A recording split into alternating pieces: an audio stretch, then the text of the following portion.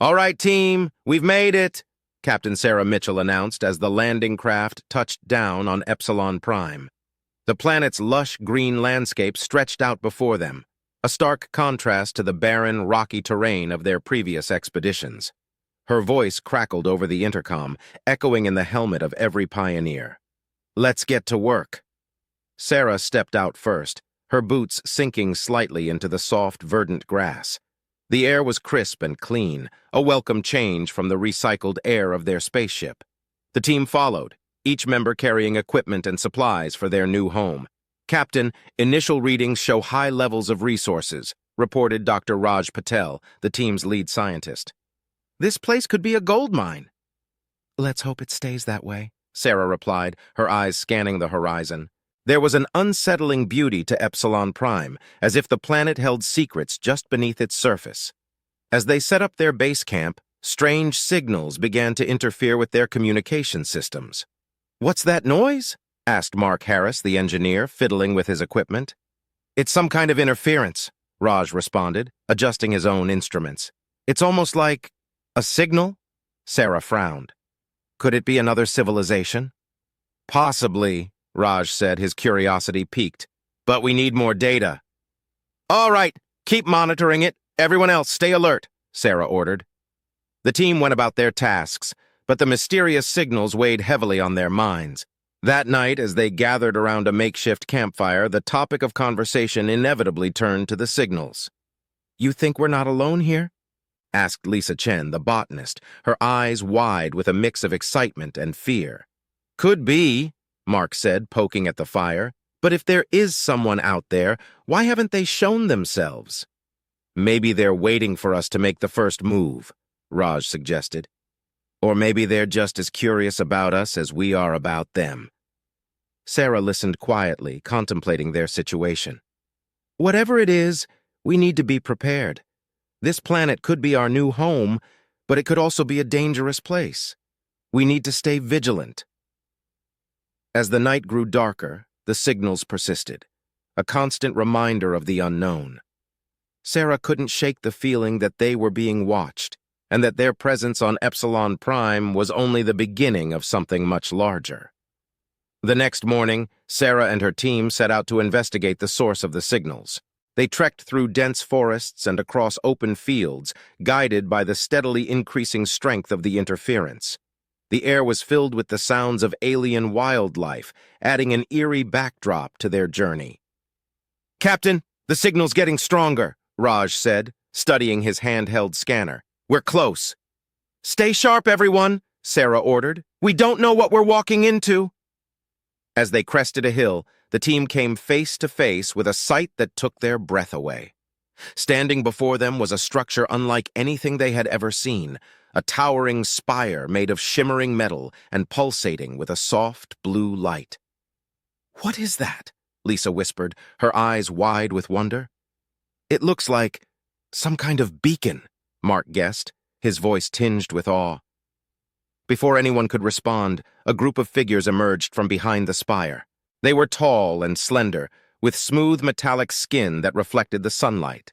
Their eyes glowed with the same blue light as the beacon.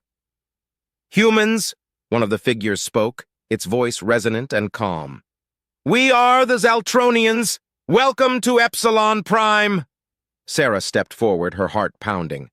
"I'm Captain Sarah Mitchell of the Earth colony ship Horizon. We come in peace." "We know," the Xaltronian leader replied. "We have been monitoring your arrival. There is much we need to discuss." The pioneers followed the Xaltronians to their city, a stunning blend of nature and technology. Buildings rose seamlessly from the ground, surrounded by lush vegetation. It was clear that the Xaltronians had mastered living in harmony with their environment. "Why did you not reveal yourselves sooner?" Raj asked as they walked. "We needed to ensure your intentions were peaceful," the leader explained, "and there is a greater threat that we must address together." Sarah's curiosity piqued. What kind of threat? The Xaltronian leader's expression grew grave. "They are called the Krylax, a hostile species that seeks to conquer and destroy. They have been moving through this sector, and we fear they will come here next." A murmur of concern rippled through the team. "How can we help?" Sarah asked, her determination unwavering. "We must combine our strengths," the leader said. "Your technology and our knowledge of the Krylax. Together we may stand a chance." As the sun set on Epsilon Prime, the humans and Xaltronians forged a tentative alliance. Plans were made, defenses were strengthened, and hope flickered amidst the uncertainty. "We'll fight together," Sarah vowed, looking out over the city. "We'll protect our new home." The alliance between the humans and Xaltronians was put to the test sooner than expected.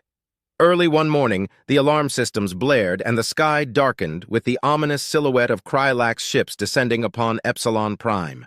"Everyone to your stations!" Sarah's voice cut through the chaos. She ran to the command center where Raj, Mark, and Lisa were already coordinating with their Xaltronian counterparts. "The Krylax have breached the atmosphere," Raj reported, his fingers flying over the console. "They're targeting our defensive perimeter." "Activate the shield generators," Sarah ordered. "Mark, get the artillery online. Lisa, coordinate with the medical team. We need to be ready for casualties." Outside, the ground trembled as the Krylax ships landed, releasing waves of menacing insectoid warriors. The human-Xaltronian alliance sprang into action, their combined forces creating a formidable line of defense. "Here they come!" Mark shouted, firing up the plasma cannons. Beams of energy streaked through the air, striking the Krylax warriors. Explosions rocked the battlefield as the two sides clashed.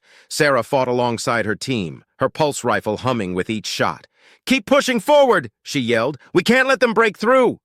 Despite their best efforts, the Krylax advanced with relentless ferocity.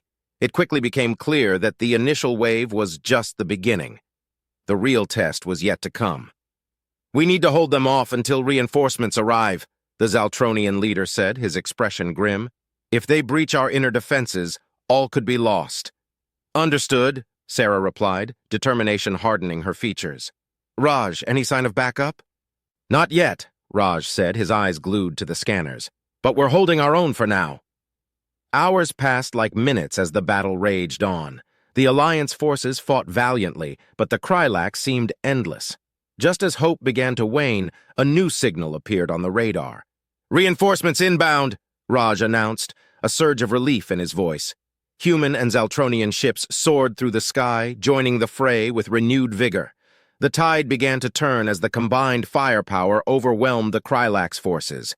One by one, the enemy ships fell, and the ground troops were pushed back. "Keep it up," Sarah urged. "We're almost there." Finally, the last of the Krylax retreated, disappearing into the sky as quickly as they had arrived. The battlefield fell silent, the air thick with the scent of victory and loss. "We did it," Mark said, sinking to the ground in exhaustion. "We actually did it." Sarah looked around at her team, battered but alive, and then at their Xaltronian allies. "This isn't over," she said quietly. "They'll be back. But now we know we can fight them. Together." The Alliance began the arduous task of rebuilding, tending to the wounded, and preparing for the next inevitable encounter with the Krylax. The bonds forged in battle grew stronger, and the resolve to protect their new home deepened. The weeks following the battle were filled with a flurry of activity. The combined efforts of the human pioneers and Xaltronians transformed their war-torn settlement into a fortified stronghold. Defensive structures were reinforced. New weaponry was developed, and strategies were devised for future encounters with the Krylax. Sarah stood on a high platform, overlooking the bustling city. "We've come a long way," she said, turning to Raj and the Xaltronian leader, Thalor. "Yes, but we must remain vigilant," Thalor replied. "The Krylax will return, stronger and more determined." "We'll be ready," Raj said, confidence in his voice. "Our new defenses and technology give us an edge." As they spoke, the first fleet of human and Xaltronian ships returned from a reconnaissance mission. The pilots, weary but triumphant, brought news of the Krylax retreating to a distant part of the galaxy. "This buys us time," Sarah said. "Time to strengthen our defenses and build a sustainable life here." The collaboration between humans and Xaltronians flourished. Knowledge was shared, technology was exchanged, and a deep bond formed between the two species. The combined efforts led to breakthroughs in energy production, agriculture, and medicine, making Epsilon Prime not just a bastion of defense, but a thriving community. In the midst of these developments, Sarah called a meeting of the council, a mix of human and Xaltronian leaders. "We need to discuss our long-term strategy," she said. "We can't just defend. We need to find a way to end the Krylax threat for good." Thalor nodded in agreement. "We have identified a potential weakness in their structure. If we can strike at their central command, we might be able to cripple their operations." "Then that's our next mission," Sarah declared. "We'll prepare an elite team to infiltrate and disable their command center." The weeks turned into months as preparations for the mission were meticulously planned. The team, consisting of the best human and Xaltronian fighters and strategists, trained tirelessly. The day of the mission arrived, filled with both apprehension and hope. As the infiltration team departed, the remaining citizens of Epsilon Prime continued to build their new society. They planted crops, constructed homes, and celebrated their shared victories. Despite the constant threat of the Krylax, life on the planet blossomed. Finally, the day came when the infiltration team returned. They had succeeded in their mission, striking a crippling blow to the Krylax command. The news was met with jubilation across Epsilon Prime. Sarah addressed the gathered crowd. "Today we've taken a significant step towards ensuring our future, but this victory belongs to all of us, human and Xaltronian alike. Together, we are stronger. Together, we will continue to thrive." The bond between the two species grew even stronger as they celebrated their newfound peace. With the Krylax threat diminished, Epsilon Prime became a symbol of resilience and cooperation. As Sarah looked out at the crowd, she felt a deep sense of pride and hope. "This is just the beginning," she said to Raj and Thalor, who stood by her side. "We've proven that we can face any challenge. Together, we will build a future where all can prosper." And so the pioneers and their allies embarked on a new journey, not just of survival, but of creating a harmonious and prosperous world. The story of Epsilon Prime was no longer just one of conquest and defense, but of unity and hope for generations to come.